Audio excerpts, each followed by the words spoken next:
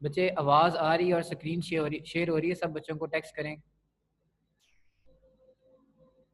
चलें ठीक है, तो लेक्चर स्टार्ट करते हैं। ठीक है, कल हमने पढ़ा था, चैप्टर स्टार्ट किया था गैसेस एक्सचेंज वाला, जिसमें हमने डिस्कशन की थी कि ऑर्गेनिज्म गैसेस जो है एक्सचेंज करते हैं इन्वायरमेंट के साथ, और कार्बन डाइऑक्साइड वगैरह ऑक्सीजन वगैरह एक्सचेंज करते हैं। कुछ ऑर्गेनिज्म जो हैं जैसे एनिमल्स हैं वो क्या करते हैं, कार्बन डाइऑक्साइड को एक्सहेल करते हैं, बाहर निकालते हैं, और ऑक्सीजन को इनहेल करते हैं। इसी तरह जो प्लांट्स हैं वो कार्बन डाइऑक्साइड जो है यूज़ करते हैं, अब्जॉर्ब करते हैं, और जो ऑक्सीजन होती है उसको निकालते हैं।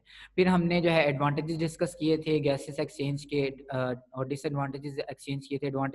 एडवांटेजेस और डिसएडवांटेजेस जो है पानी के बीच में और एयर के बीच में, कि कौन सा ज़्यादा बेटर जो है मीडियम है, तो हमने ये कहा था कि एयर जो है बेटर मीडियम है on the basis of different evidences. फिर हमने प्लांट्स के बीच में गैसेस एक्सचेंज को डिस्कस किया था कि प्लांट्स पे जो है स्टोमेटा प्रेजेंट होते हैं, कोई स्पेशलाइज्ड ऑर्गन तो नहीं होता, लेकिन एक सेल होता है जिसे हम स्टोमेटा कहते हैं, और यही जो सेल है ये प्लांट में एक्सचेंज करता है डिफरेंट गैसेस को और हेल्प आउट करता है। ठीक है, फिर हमने कहा था फोटोसिंथेसिस के प्रोसेस में कार्बन डाइऑक्साइड यूज करनी होती है प्लांट ने, और ऑक्सीजन जो है वो बाहर एक्सेल करनी होती है, ऑक्सीजन जो है वो निकालनी होती है, वो वेस्ट प्रोडक्ट होता है इसका। तो फिर इस मकसद के लिए प्लांट जो है स्टोमेटा को यूज़ करता है, स्टोमेटल ओपनिंग के जरिए गैसेस को एक्सचेंज करता है। इसके अलावा लीफ के अंदर एयर स्पेसिस होती हैं जहाँ पे गैसेस रहती हैं। ठीक है, और फिर हमने फोटो रिस्पायरेशन का प्रोसेस देखा था कि लाइट की प्रेजेंस में जो प्लांट्स हैं वो क्या करते हैं, रिस्पायरेशन का प्रोसेस करते हैं। रिस्पायरेशन के प्रोसेस में हमेशा कार्बन डाइऑक्साइड जो है आपकी यूटिलाइज होती है, और जो सॉरी ऑक्सीजन आपकी यूटिलाइज होती है, और कार्बन डाइऑक्साइड है जो वो कंज्यूम होती है, सॉरी प्रोड्यूस होती है उसके बीच में। ठीक है, ऑक्सीजन यूटिलाइज होती है, कार्बन डाइऑक्साइड प्रोड्यूस होती है। तो प्लांट जो है वो वैसे तो बाय प्रोडक्ट प्रोड्यूस करते हैं ऑक्सीजन का, लेकिन जो है यहाँ पे वो ऑक्सीजन को यूज करते हैं इन स्पेशल कंडीशंस। ठीक है, इसके इसमें जो है हमने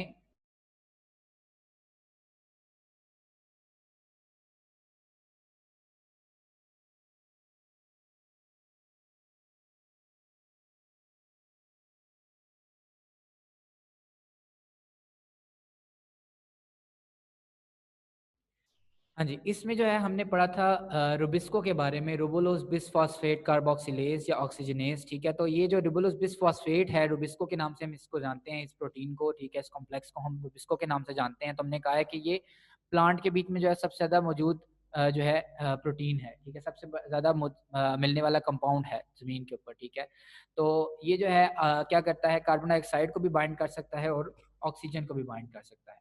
ठीक है, हमने कहा था कि जो रुबिस्को है इसके पास दो साइड्स होती हैं, जिसके साथ एक के ऊपर ये कार्बन डाइऑक्साइड को बाइंड कर सकता है, दूसरे के ऊपर ये ऑक्सीजन को बाइंड कर सकता है। ठीक है, तो इसको फोटो रिस्पायरेशन का प्रोसेस कहा था। हमने कहा था 3 स्टेप्स होते हैं, एक क्लोरोप्लास्ट में होता है, एक पेरोक्सिसोम में होता है, एक माइटोकॉन्ड्रिया में होता है। जो क्लोरोप्लास्ट में प्रोसेस होता है उसमें ऑक्सीजन और रुबुलोस बिसफॉस्फेट बाइंड करके ग्लाइकोलेट बना लेते हैं। पेरोक्सिसोम में ग्लाइकोलेट से ग्लाइसिन बनता है, ग्लाइसिन से सीरीन बनता है आपके पास माइटोकॉन्ड्रिया में, और माइटोकॉन्ड्रिया के अंदर कार्बन डाइऑक्साइड भी जो है प्रोड्यूस होती है। हमने इससे पहले देखा था कार्बन फिक्सेशन का प्रोसेस, कि कार्बन फिक्सेशन नॉर्मली जो प्लांट में होती है फोटोसिंथेसिस के केस में, वो शुगर्स का प्रोडक्शन होती है, कि जो जितनी भी कार्बन है एटमॉस्फेरिक, वो सारी की सारी शुगर्स जो है प्रोड्यूस करवाने में हेल्प करती है। लेकिन इन दिस केस ये जो फोटो रिस्पायरेशन हम देख रहे हैं, इसमें कार्बन डाइऑक्साइड बनानी है, क्योंकि प्लांट के पास कार्बन डाइऑक्साइड कम हो गई है। ठीक है, करता क्यों है प्लांट ये काम, कहता जब गर्मी होती है बहुत ज़्यादा, ठीक है, हॉट डेज होते हैं, तो क्या करते हैं प्लांट स्टोमेटा को बंद कर लेते हैं पानी को कंजर्व करने के लिए, कि पानी उनकी जो है ज़ाया ना हो। ठीक है, क्योंकि गर्म दिन है तो ज़मीन से ज़्यादा पानी लेना पड़ेगा। ठीक है, वो ज़्यादा उनको करना पड़ता है काम, और वैसे भी ज़मीन खुश्क होती है, पॉसिबली ज़मीन में पानी भी कम होता है, तो इसलिए प्लांट जो है स्टोमेटा को क्लोज कर लेता है अपने। जब स्टोमेटा क्लोज करता है ट्रांसपीरेशन को रोकने के लिए, तो उससे क्या होता है कि जो O2 और CO2 है आपके पास, इसका लेवल मिसबैलेंस हो जाता है। O2 ज्यादा होना शुरू हो जाती है इनसाइड, क्योंकि O2 प्रोड्यूस हो रही है अंदर, फोटोसिंथेसिस के प्रोसेस में प्रोड्यूस हो रही होती है, और कार्बन डाइऑक्साइड जो आउटसाइड से लेनी होती है प्लांट ने, वो उसका लेवल जो है लेस होना शुरू हो जाता है, कम होना शुरू हो जाता है। तो अब प्लांट को कार्बन डाइऑक्साइड चाहिए होती है, तो यहाँ से ये एक पाथवे डिराइव करता है जिसको हम कहते हैं फोटो रिस्पायरेशन। ठीक है, ये जो आपका होता है रुबिस्को होता है, उसको बाइंड करवाता है ऑक्सीजन के साथ और एक पाथवे में ले जाता है, जिसको हम कहते हैं फोटो रिस्पायरेशन का प्रोसेस, ठीक है। नॉर्मल कैल्विन साइकिल अकर हो रहा होता है इस किस्म का, ठीक है। कार्बन डाइऑक्साइड लेता है रुबिस्को, इससे पीजीए बनाता है, फॉस्फोग्लिसराल्डिहाइड बनाता है, ठीक है। इससे जो है दोबारा से रुबुलोज बिसफॉस्फेट बनाता है और इस दौरान शुगर प्रोड्यूस कर देता है। कैल्विन साइकिल 11 चैप्टर में हमने डिस्कस किया था, ठीक है। और जो दूसरा है फोटो रिस्पायरेशन, ठीक है, इसमें क्या होता है, ऑक्सीजन को यूज़ करते हैं और ऑक्सीजन से यही प्रोसेस होता है, यही मॉलिक्यूल्स बनते हैं, लेकिन इस दौरान शुगर बनने की बजाय कार्बन डाइऑक्साइड बना दी जाती है। जिस तरह कैल्विन साइकिल में 3 कार्बन वाले शुगर जो है प्रोड्यूस किए जा रहे होते हैं, इस तरह यहाँ पे कार्बन डाइऑक्साइड प्रोड्यूस की जा रही थी। और इसके अलावा हमने सेरीन का मॉलिक्यूल देखा है पीछे कि वो प्रोड्यूस किया जा रहा होता है, ठीक है। आज हमारा जो टॉपिक है, मेन टॉपिक है, इसको हम डिस्कस करेंगे। पेज नंबर आपके पास 262 के ऊपर है, ठीक है। रिस्पायरेटरी सर्फेसिस इन एनिमल, ठीक है। एनिमल्स को हम डिस्कस करने लगे कि उनके बीच में रिस्पायरेशन कैसे होती है। तो रिस्पायरेटरी सर्फेसिस जो हैं उनको हम डिस्कस करते हैं। 4 किस्म की इसकी जो है प्रॉपर्टीज होती हैं रिस्पायरेटरी सर्फेसिस की। एक जो है रिस्पायरेटरी सर्फेसिस होती कौन सी हैं, ठीक है, जो रिस्पायरेशन में हेल्प आउट करती हैं, ठीक है। रिस्पायरेशन में हेल्प आउट क्या करती है, आप जो एनिमल्स हैं इनके केस में लंग्स होते हैं, जो टेरेस्ट्रियल एनिमल्स हैं, ज़मीन पे रहने वाले जो एनिमल्स हैं। लैंड पे जो रहते हैं एनिमल्स, इनके पास लंग्स होते हैं, और जो पानी के अंदर एनिमल्स रहते हैं इनके पास गिल्स होते हैं, ठीक है। तो जो लंग्स और गिल्स हैं ये बेसिकली काम करते हैं रिस्पायरेशन का, ठीक है। लैंड के ऊपर जो है आपके पास लंग्स काम करते हैं, और पानी के अंदर जो एक्वेटिक इकोसिस्टम है उसके अंदर आपके पास गिल्स मौजूद होते हैं जो ये काम करते हैं। तो इनके पास लार्ज सर्फेसिस एरियाज होते हैं, ठीक है, बड़े बड़े साइज सर्फेसिस होती हैं ज़्यादा से ज़्यादा। इनको हम आगे डिस्कस करेंगे कौन सी सर्फेसिस होती हैं। इनके इनसाइड जो है सरफेस होती है और वो एक्सचेंज करने में हेल्प करती है गैसेस को, कार्बन डाइऑक्साइड और ऑक्सीजन को एक्सचेंज करने में हेल्प करती है। नेक्स्ट इज एपिथीलियम, जो अपर लेयर होती है आपकी बॉडी की, ठीक है, वो एपिथीलियम कहलाती है, ठीक है। हम ह्यूमंस के केस में उसको स्किन कहते हैं, ठीक है। तो ये बड़ी थिक सी होती है, इसकी थिकनेस हेल्प करती है गैसेस के एक्सचेंज में, ठीक है। उसके अलावा डिफरेंट ऑर्गेनिज्म में करती है, ह्यूमंस के केस में नहीं करती, ठीक है।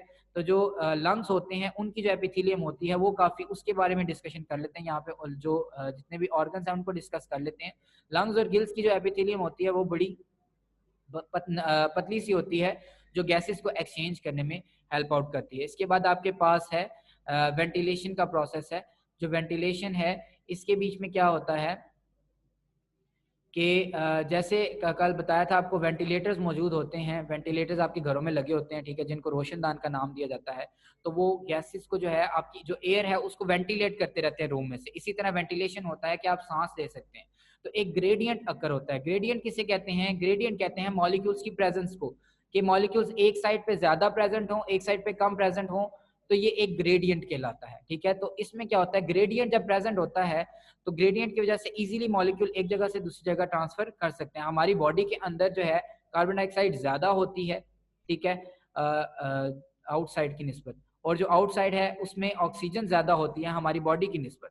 तो ये एक ग्रेडियंट क्रिएट हो जाता है, तो उसकी वजह से हम गैसेस को एक्सचेंज कर सकते हैं। उसके अलावा कैपिलरी नेटवर्क है।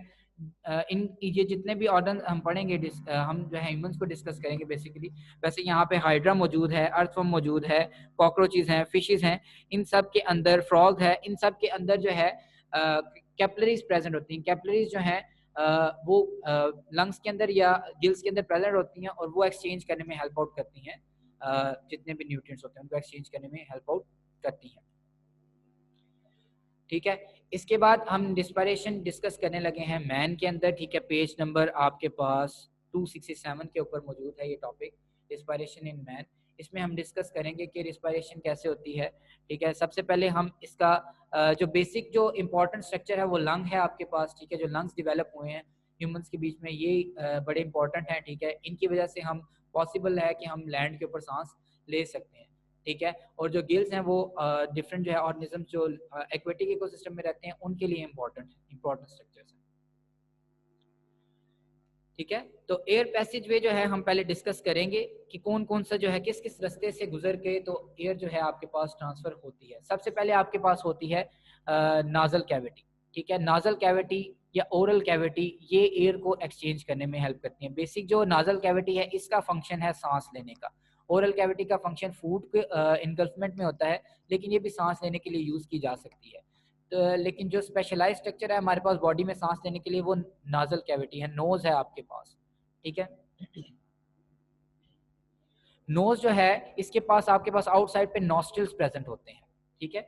ये जो नॉस्ट्रिल्स हैं ये एयर को इनसाइड और आउटसाइड निकालने में हेल्प आउट करते हैं। ये दो ओपनिंग्स होती हैं आपके पास जो नोज को ओपन करती हैं, बॉडी को ओपन करती हैं एक्सचेंज ऑफ मटेरियल के लिए, ठीक है, एक्सचेंज ऑफ गैसेस के लिए। तो नॉस्ट्रिल्स के जरिए से गैसेस जो है इनसाइड मूव करती हैं नाजल कैविटी के अंदर। नाजल कैविटी जो है यहाँ पे इसके बीच में दो पोर्शन होते हैं, ठीक है, तीन हड्डियां होती हैं और दोनों पोर्शन जो है उनको सेपरेट करते हैं, ठीक है। और इससे जो है गैसेस आगे जाती हैं फेरिंग्स के अंदर। फेरिंग्स से आगे जो है, फेरिंग्स जो है ये मुंह और नाक को मिलाती है इस जगह पे, ठीक है। इससे आगे जो है आपके पास एपिग्लॉटिस होता है। एपिग्लॉटिस जो है दो नालियां प्रेजेंट होती हैं यहाँ पे, लेरिंग्स और फेरिंग्स, सॉरी लेरिंग्स और एसोफेगस। फेरिंग्स जो है फर्दर डिवाइड होती है लेरिंग्स के अंदर और एसोफेगस के अंदर। एसोफेगस को हमने डाइजेशन वाले चैप्टर में डिस्कस किया है, उसका फूड में जो है फूड की इनगल्फमेंट में इन्वॉल्वमेंट होती है। जबकि जो एसोफेगस है, जो लेरिंग्स है सॉरी, इसका रोल होता है गैसेस के जो है एक्सचेंज के अंदर। तो ये जब गैसेस आती हैं तो लेरिंग्स के अंदर वो चली जाती हैं। नाजल के नॉस्ट्रल से एंटर होती है नाजल कैविटी में, वहां से फेरिंग्स में आती है, फेरिंग्स से लेरिंग्स में आती है, लेरिंग्स आगे अटैच होती है ट्रैकिया के साथ। ट्रैकिया जो है ये आगे अटैच होती है ब्रोंकाइज के साथ, ठीक है। ब्रोंकाइज जो है आगे फर्दर ब्रोंक्यूल्स के साथ अटैच होती है। यानी ये जो ब्रोंकाइज होती हैं ये बेसिकली लंग्स के साथ अटैच होती हैं और लंग्स के अंदर हमारे पास ब्रोंक्यूल्स प्रेजेंट होते हैं, एल्वियुलर डक्ट्स प्रेजेंट होती हैं और एल्वियुलर सैक्स प्रेजेंट होते हैं। इनको हम फर्दर डिस्कस करते हैं, ठीक है। यहाँ तक अंडरस्टैंडिंग होगी है बच्चे? टेक्स्ट करें, मुझे बताएं। नहीं बच्चे, जो टॉपिक छोड़ दिए वो हमने डिस्कस नहीं करना। हाँ जी, लॉन्ग आता है बच्चे।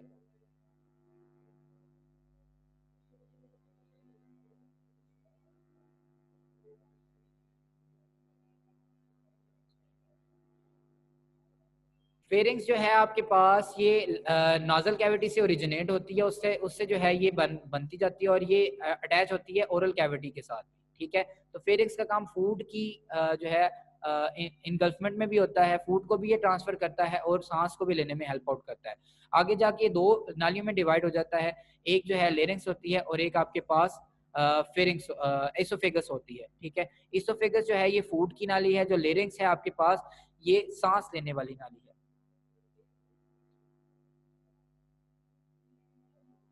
ठीक है। तो फर्दर जो है आपके पास ये हमने एक पैसेज वे को देखा है, एक ओवरव्यू देखा है कि ऐसे सांस लेते हैं। इसको हम फर्दर एक एक पोर्शन को जो है डिस्कस कर लेते हैं। जो आपके पास लेरिंग्स होती है इसके साथ आपके पास वॉइस बॉक्स अटैच होता है, ठीक है। इस वॉइस बॉक्स में क्या होता है, जब आप सांस लेते हैं तो एयर जो है इसमें से ट्रेवल करती है, वोकल कॉर्ड्स होते हैं यहाँ पे, वो वाइब्रेट करते हैं, ठीक है।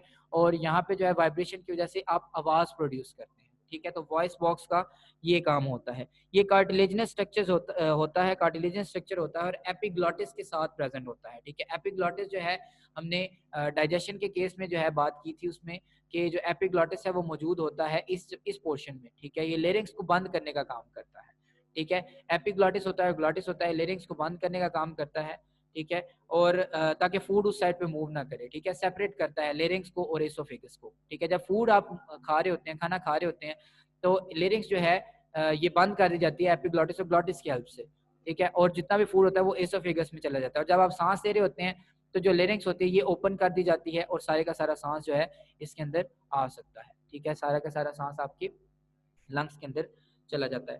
तो यहाँ पे जो है आपके पास मौजूद होती है वोकल कॉर्ड्स प्रेजेंट होते हैं और ये हेल्प आउट करते हैं आवाज को प्रोड्यूस करने में, ठीक है। एयर जब यहाँ पे मूव करती है तो एयर वाइब्रेट करती है, ठीक है। इसको वोकल कॉर्ड्स में वाइब्रेशन कॉज करते हैं जिससे हम बोल सकते हैं। अगर आप गले के ऊपर हाथ लगाएं, यहाँ पे आपको एक हड्डी नजर आती है, ठीक है। इसके ऊपर अगर हाथ लगाएं बोलते हुए तो आपको फील होगा कि वो वाइब्रेट कर रही है, सारा आपका जो पोर्शन है वो वाइब्रेट कर रहा है। तो बेसिकली ये वॉइस बॉक्स जो है वाइब्रेट कर रहा है आपकी आवाज प्रोड्यूस करने के लिए।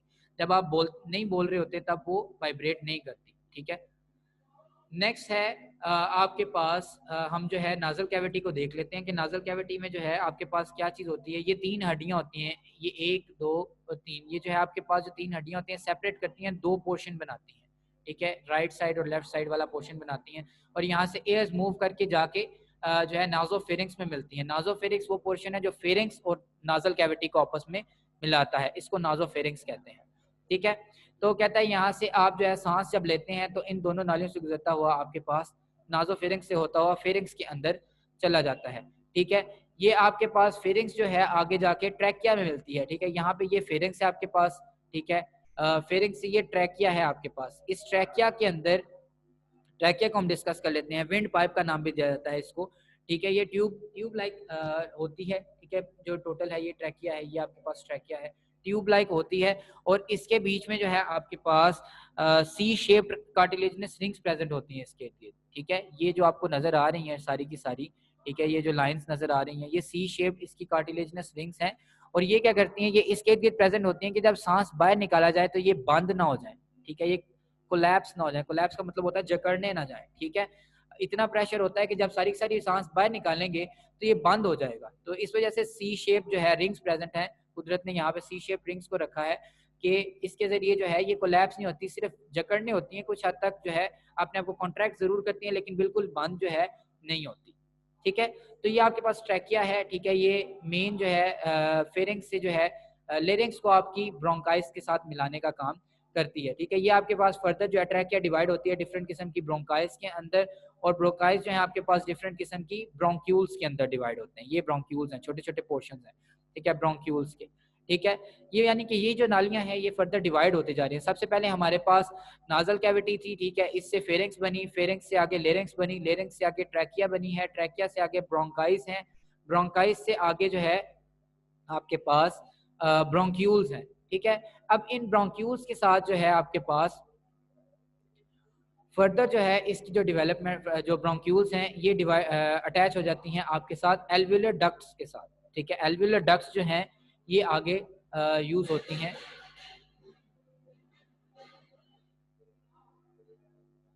ठीक है, एल्वियोलर डक्ट्स जो हैं ये ब्रोंक्यूल्स के साथ अटैच होती हैं और ये वहां से जितनी भी एयर होती है उसको गेट कर लेती हैं। ये एल्वियोलर डक्ट्स हैं आपके पास।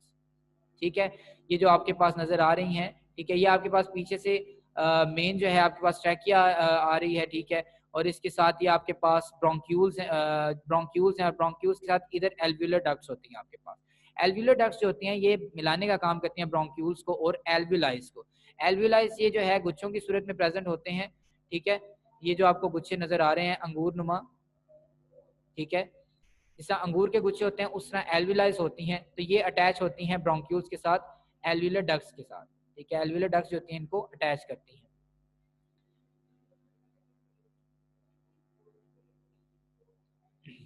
ठीक है, ये आपके पास ब्रोंक्यूल्स हैं, ये एल्वियोलर डक्ट्स हैं, ये आपके पास एल्वियोलाइज हैं। एल्वियोलाइज जो होती हैं ये जो अंगूर के गुच्छों की तरह होते हैं, ये कंपार्टमेंट्स होते हैं छोटे छोटे और इनके इर्द गिर्द जो है ब्लड कैपिलरीज जो है, नेटवर्क ऑफ कैपिलरीज मौजूद होता है। ये जो आपको नजर आ रहा है ये ब्लू कलर में, ये एल्वियोलाइज हैं आपके पास और ये जो इसके इर्द गिर्द दूसरे कलर में नजर आ रहा है ये सारे का सारा इसके इर्द गिर्द ब्लड कैपिलरीज हैं। अब ये जो ब्लड कैपिलरीज हैं आपके पास, ठीक है, ये बेसिक काम करती हैं एक्सचेंज ऑफ गैसेस में, गैसेस को एक्सचेंज करने का काम करती हैं। ठीक है, हमने क्या किया, मुंह से नोज से सांस लिया, नाजल कैविटी से सांस लिया। ठीक है, एयर जितनी थी नाजल कैविटी से होती हुई फेरिंक्स के अंदर आई, फेरिंक्स से होती हुई लेरिंक्स के अंदर आई, लेरिंक्स से होती हुई ट्रैकिया के अंदर आई, ट्रैकिया से ब्रोंक्यूल्स के अंदर, ब्रोंकाइस के अंदर आई, ब्रोंकाइस से ब्रोंक्यूल्स के अंदर आई, ब्रोंक्यूल्स से जो है वो एल्वियोलर डक्ट्स में आती है, एल्वियोलर डक्ट से वो कैपिलरीज में आती है। अब कैपिलरीज के साथ एल्वियोलाइज के साथ, एल्वियोलर डक्ट से वो एल्वियोलाइज में आती है, एल्वियोलाइज के साथ आपके पास ये ब्लड कैपिलरीज प्रेजेंट है। ठीक है, ये हार्ट से ब्लड लेके आ रही होती हैं और हार्ट की तरफ ब्लड लेके जा रही होती हैं। ठीक है, आपने ब्लड जो सिस्टम है, जितना भी सर्कुलेटरी सिस्टम है, इसमें पढ़ा हुआ है कि जो ब्लड है वो हार्ट जो है उसको पंप करता है, एक तो बॉडी की तरफ पंप करता है, दूसरा पंप करता है उसको लंग्स की तरफ। तो जो ब्लड लंग्स की तरफ आ रहा होता है वो इन कैपिलरीज की मदद, इन कैपिलरीज में आ जाता है ब्लड। ठीक है, यहाँ पे जो है ब्लड के अंदर आपको पता है कि हेमोग्लोबिन प्रेजेंट होती है। ठीक है, ये ऑक्सीजन बाइंडिंग प्रोटीन है और कार्बन डाइऑक्साइड को भी बाइंड करती है। ठीक है, तो यहाँ पे ब्लड आता है कार्बन डाइऑक्साइड को लेके। ठीक है, वो कार्बन डाइऑक्साइड सारे का सारा जो है वो यहाँ पे ट्रांसफर कर देता है एल्वियोलाई के अंदर। ठीक है, एल्वियोलाई जो कंपार्टमेंट्स होते हैं, जैसे कंपार्टमेंट्स आपको नजर आ रहे हैं यहाँ पे, ठीक है, छोटे छोटे कंपार्टमेंट्स हैं, तो इनके अंदर जो है कार्बन डाइऑक्साइड को ट्रांसफर कर देती है और ऑक्सीजन को ले लेती है। ये सारा काम होता है प्रेशर की वजह से। कार्बन डाइऑक्साइड ब्लड के अंदर ज्यादा होती है इस टाइम पे और ऑक्सीजन जो है ब्लड के अंदर कम होती है, जबकि लंग्स के अंदर ऑक्सीजन ज्यादा होती है और कार्बन डाइऑक्साइड कम होती है। ठीक है, तो ये जो कार्बन डाइऑक्साइड होती है सारी की सारी लंग्स के अंदर आपके आ जाती है, एल्विलाइज के अंदर आ जाती है और ऑक्सीजन को अब्जॉर्ब कर लिया जाता है ब्लड के अंदर ड्यू टू ग्रेडियंट। अब फिर यहाँ पे ग्रेडियंट की बात आ गई, ग्रेडियंट की वजह से बात करते हैं। अब यहाँ पे हम रेस्पिरेटरी सरफेस में जो हमने 4 चीजें पढ़ी उनको देख लेते हैं। पहले हमने कहा उसकी थिकनेस है, ये एपिथेलियम लेयर है आउटसाइड वाली, ये जो एल्विलाइज की लेयर है। इसी तरह ये जो ब्लड की कैपिलरीज होती हैं इसकी भी एपिथेलियम लेयर होती है। तो ये बहुत ज्यादा जो है बहुत ज्यादा कमजोर होती है, बहुत ज्यादा जो है वो ट्रांसपेरेबल होती हैं, ठीक है, यहाँ से मूव कर सकते हैं केमिकल्स, ठीक है। तो यहाँ से सारे के सारे जो आपकी गैसेस हैं वो मूव कर सकती हैं अक्रॉस द मेम्ब्रेन्स, ठीक है। पहली बात तो ये होगी एपिथेलियम, रेस्पिरेटरी एपिथेलियम की जो हमने बात की। दूसरी बात हमने की लार्ज सर्फेसिस। अब ये जो आपके पास नजर आ रहे हैं ये इतनी ज्यादा अमाउंट में प्रेजेंट होते हैं आपके पास कि ज्यादा से ज्यादा गैसेस को एक्सचेंज कर सकते हैं, आप इजीली सांस ले सकते हैं। क्या ज्यादा से ज्यादा गैसेस को, जितनी आपको एनर्जी की नीड होती है आप उतनी जो है गैसेस को एक्सचेंज कर सकते हैं यहाँ से, ठीक है। जितनी आपको गैसेस जरूरत हो उतनी गैसेस ले सकते हैं यहाँ से, तो ज्यादा जो है सरफेस एरिया इंक्रीज हो जाता है, ठीक है। उसके बाद जो है हमने बात की थी उसके बीच में वेंटिलेशन की, तो ग्रेडियंट की हमने बात कर ली कि ऑक्सीजन यहाँ पे ज्यादा थी यहाँ पे कम थी, तो ऑक्सीजन वहाँ इनसाइड ब्लड मूव कर जाती है और कार्बन डाइऑक्साइड इन आउट जो ब्लड है वहाँ पे ज्यादा थी और एल्विलाइज में कम थी, तो कार्बन डाइऑक्साइड इधर मूव कर जाती है, तो ये ग्रेडियंट मौजूद होता है। और कैपिलरीज की बात मैंने आपको बताई कि यहाँ पे ये गुच्छा आपको नजर आ रहा है, ठीक है। तो इस गुच्छे में जो है ये सारी की सारी ब्लड कैपिलरीज प्रेजेंट है, ठीक है, और ये एक्सचेंज करती हैं गैसेस को। तो नेक्स्ट ये जो है आपके पास ये बॉडी सेल्स हैं, बॉडी सेल्स कार्बन डाइऑक्साइड जो बनाते हैं, बॉडी सेल्स जो कार्बन डाइऑक्साइड बनाते हैं एनर्जी लेने के प्रोसेस में, रिस्पायरेशन के प्रोसेस में जितनी कार्बन डाइऑक्साइड बनाते हैं वो सारी की सारी ब्लड के अंदर भेज देते हैं, ठीक है। और जो ऑक्सीजन होती है वो ब्लड से ले लेते हैं, फिर ये ब्लड जो है हार्ट के पास जाता है, हार्ट इसको फ्लो करके ले आता है कहाँ पे, एल्विलाइज के पास, और एल्विलाइज में कार्बन डाइऑक्साइड को अब्जॉर्ब कर ले जाता है और ऑक्सीजन को निकाल दे जाता है। तो ये एल्विलाइज का फंक्शन है यहाँ पे मेन, ठीक है। यहाँ तक किसी बच्चे का कोई क्वेश्चन है तो मुझसे क्वेश्चन कर लें, अब मैं आपको यहाँ तक जवाब दे देता हूँ।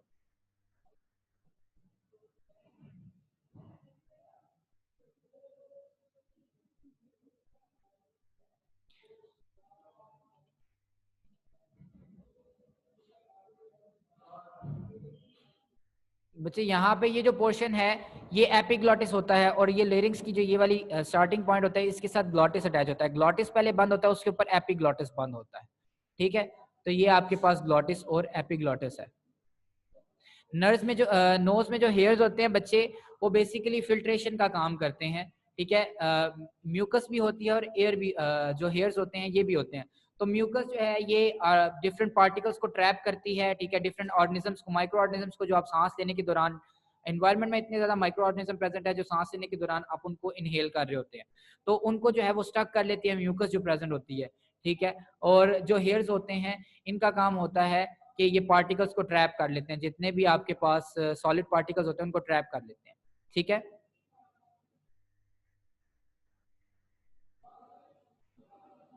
कार्टिलेज सॉफ्ट सॉफ्ट बोन होती है, एक हार्ड बोन होती है, एक कार्टिलेज होती है, ठीक है। तो इसको कार्टिलेज कहते हैं बच्चे।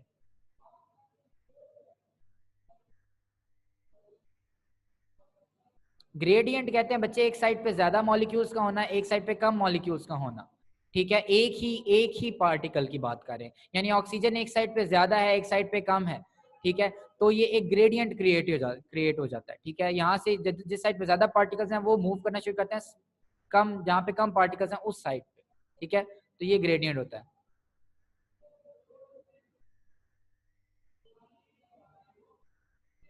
चलें at the end of lecture मैं रिपीट कर देता हूँ सारा लेक्चर, जो आपका बाकी क्वेश्चन है उसमें आंसर हो जाएंगे।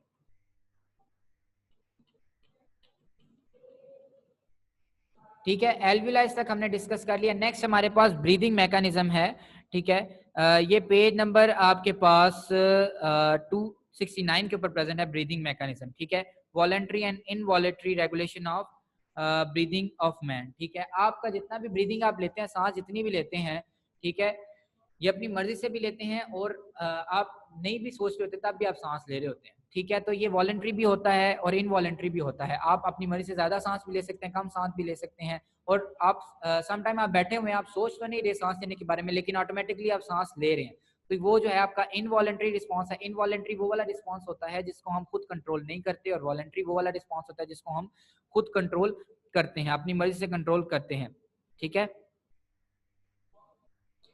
तो यहाँ पे जो है आपके पास ब्रीदिंग मैकेनिज्म को हम डिस्कस करने के सबसे पहले हम लंग्स की बात कर लेते हैं। लंग्स जो है ये सॉफ्ट होते हैं, स्पॉन्जी होते हैं, इसी वजह से स्पॉन्जी होते हैं, जो एल्वियोलाइज इनके पास ज़्यादा सारी प्रेजेंट होती हैं, ठीक है, उनकी वजह से ये स्पॉन्जी होते हैं। स्पॉन्जी कहते हैं नरम को, जो आप स्पॉन्ज यूज़ करते हैं, ठीक है, बात लेते हुए या कपड़े धोते हुए जो आप स्पॉन्ज यूज़ करते हैं, सॉरी बर्तन धोते हुए जो आप स्पॉन्ज यूज़ करते हैं, उस तरह की नरम होती है, ठीक है।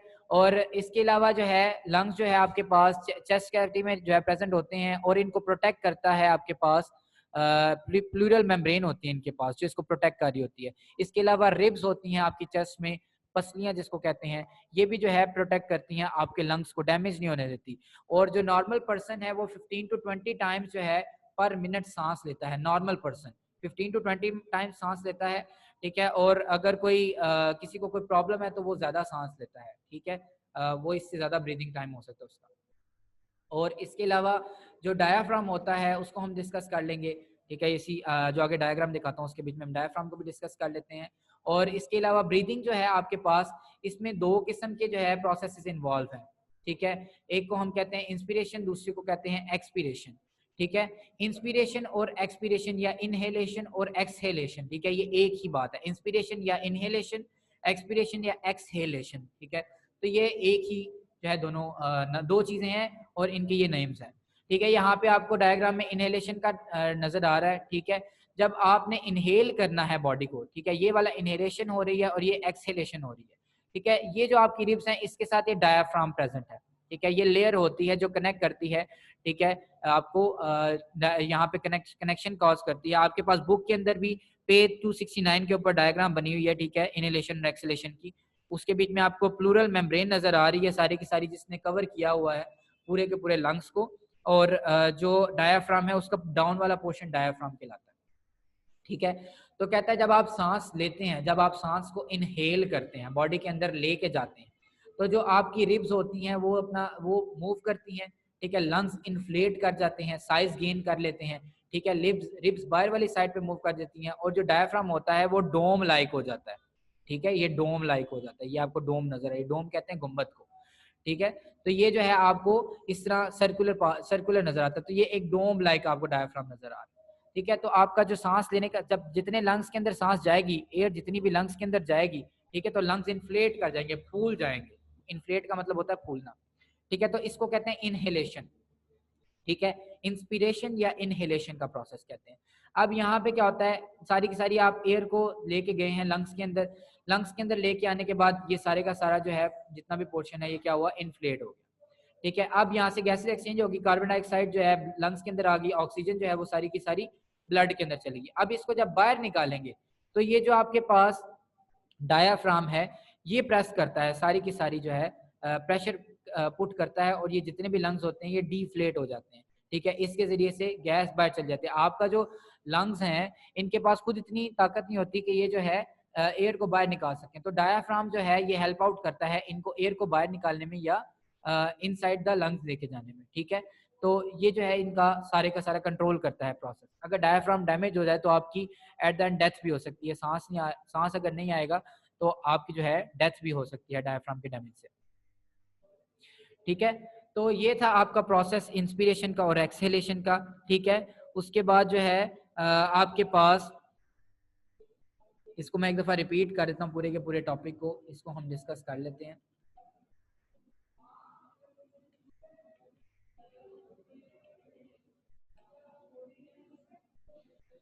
रिस्पिरेशन इन मैन, ठीक है। यहाँ से क्या हुआ जी के नॉस्ट्रल्स के जरिए एयर मूव की नाजल कैविटी में। नाजल कैविटी के अंदर जो है दो पोर्शन है, तीन हड्डियां मौजूद हैं, ठीक है। और ये दो पोर्शन जो है बनाती हैं तीन हड्डियां, एक दरमियान में सेपरेशन कॉज करती है, ठीक है, और दो जो है साइड पे प्रेजेंट होती हैं। और ये जो इसके अलावा यहाँ पे हेयर्स प्रेजेंट होते हैं और म्यूकस प्रेजेंट होती है, और यहाँ पे जितने भी डस्ट पार्टिकल्स होते हैं या कोई सॉलिड पार्टिकल अगर आप एयर से इनहेल कर रहे हैं, या कोई अगर बैक्टीरिया वगैरह जो है इनहेल करें, तो यहाँ पे म्यूकस जो है और जो हेयर हैं वो उनको ट्रैप कर लेते हैं और इनसाइड जाने नहीं देते, ठीक है, ताकि इन्फेक्शन कॉज ना हो, ठीक है। यहाँ से एयर होती है फेरिंग्स के अंदर जाती है, फेरिंग्स जो है ओरल कैविटी से भी अटैच होती है, यहाँ से भी एयर को ले सकती है, ठीक है। फेरिंग्स जो है आगे लेरिंग्स में एयर को भेजती है, यहाँ से जो लेरिंग्स है इसके ऊपर ग्लॉटिस और एपिग्लॉटिस प्रेजेंट होते हैं, ये पोर्शन एपिग्लॉटिस होता है और इस पोर्शन को ग्लॉटिस कहते हैं। ये दोनों जो है, ये एपिग्लॉटिस और ग्लॉटिस जो है ये लेरिंग्स को बंद कर देते हैं जब हम खाना खा रहे होते हैं। ठीक है, जो कल बच्चे ने क्वेश्चन किया था गोता क्यों लगता है, गोता इसीलिए लगता है कि जब आप खाना खाते हैं और साथ सांस भी ले लेते हैं तो सांस लेने के लिए ग्लॉटिस एपिग्लॉटिस ओपन हो जाता है। ठीक है, और जो खाना आपका वो एसोफेगस में मूव करना है तो वो खाना यहाँ पे स्टक हो जाता है इसके दरमियान। ठीक है, इधर स्टक हो जाता है और यहाँ पे कुछ देर के लिए जो है वो आपको गोता लगता है। जब आप उसको थपथपाते हैं बैक, उस बंदे की बैक को थपथपाते हैं तो वो जो फूड होता है वो अपनी जो एपिग्लॉटिस होता है वो फौरन से जो है इसको ग्लॉटिस को धकेलता है, पर एपिग्लॉटिस फौरन से नाली को बंद कर लेता है और फूड जो है आपकी एसोफेगस के अंदर चली जाती है। ठीक है, इसके बाद आपकी जो एयर है वो मूव कर, हमने एयर की बात कर रहे थे। फेरिंग्स से एयर आती है, लेरिंग्स के अंदर जाती है, लेरिंग्स से वो ट्रैकिया के अंदर जाती है, ट्रैकिया से ब्रोंकाइस के अंदर जाती है, ब्रोंकाइस से वो ब्रोंक्यूल्स के अंदर जाती है। ठीक है, इसके बाद जो है यहाँ पे आप देख रहे हैं नाजल कैविटी से होती हुई ट्रैकिया में, फेरिंग्स में आई, फेरिंग्स से लेरिंग्स में आई, लेरिंग्स से ट्रैकिया में आई, ट्रैकिया से ब्रोंकाइस में आई, ब्रोंकाइस से ब्रोंक्यूल्स के अंदर आई, और ब्रोंक्यूल्स से आगे आपके पास एल्व्यूलर डक्ट से होती हुई वो एल्व्यूलाइज के अंदर चली गई, जहाँ पे कंपार्टमेंट बने और एल्व्यूलाइज के इर्द गिर्द कैपलरीज मौजूद हैं, ब्लड कैपलरीज मौजूद हैं। ये जो ब्लड कैपलरीज हैं ये क्या करती हैं, ये कार्बन डाइऑक्साइड को जिस्म से लेके आती हैं और यहाँ पे कार्बन डाइऑक्साइड को ये एल्वुलाइज के अंदर दे देती हैं और यहाँ से जितनी ऑक्सीजन होती है उसको अब्जॉर्ब कर लेती हैं ब्लड स्ट्रीम के अंदर, और ऑक्सीजन को जितनी भी ऑक्सीजन होती है वो सारी को बॉडी की तरफ ले जाते हैं और कार्बन डाइऑक्साइड जो है यहाँ पे दे के, यहाँ से कार्बन डाइऑक्साइड दोबारा इसी रास्ते से, यानी कार्बन डाइऑक्साइड फिर एल्वुलर डक्ट से जो होती है ब्रोंक्यूल से होती है ब्रोंकाइज में आती है, ब्रोंकाइज से ट्रैकिया के अंदर आती है, ट्रैकिया से ये लेरिंग्स के अंदर जाती है, लेरिंग्स से फेरिंग्स में, फेरिंग्स से ये फिर नोज से जो है इसको बाहर निकाल देते हैं। ठीक है, इसके बाद ब्रीदिंग मैकेनिज्म को हमने डिस्कस किया है। इसके बीच में हमने दो बातें डिस्कस की हैं, इनहेलेशन और एक्सेलेशन को। इनहेलेशन में हम जो है सांस लेते हैं, जब बॉडी लंग्स के अंदर सांस आता है लंग्स इन्फ्लेट कर जाते हैं, आपका जो डायाफ्राम है वो डोम लाइक हो जाता है, रिब्स आपकी मूव कर जाती हैं और अपसाइड मूव कर जाती हैं। ठीक है, और आपका सारे का सारा जो एयर होती है वो यहाँ पे आ जाती है, ऑक्सीजन ब्लड के अंदर चली जाती है, कार्बन डाइऑक्साइड लंग्स के अंदर आ जाती है, और फिर सारी की सारी कार्बन डाइऑक्साइड को बाहर निकालने के लिए जो आपके पास डायाफ्राम होती है ये पुश करती है लंग्स को, और जितना भी है कॉन्ट्रैक्ट करती है लंग्स को, सारी की सारी जो है एयर उसको बाहर निकाल देती है और लंग्स डिफ्लेट कर जाते हैं, रिब्स वापस अपनी ओरिजिनल पोजीशन में चली जाती हैं। ठीक है, और जो डायाफ्राम होता है वो इनसाइड मूव कर जाता है। ठीक है, तो ये आपके पास इनहेलेशन और एक्सेलेशन का मैकेनिज्म था, ब्रीदिंग मैकेनिज्म था सारे का सारा। हमने एयर पैसेजवे को भी डिस्कस किया और ब्रीदिंग मैकेनिज्म को भी डिस्कस किया।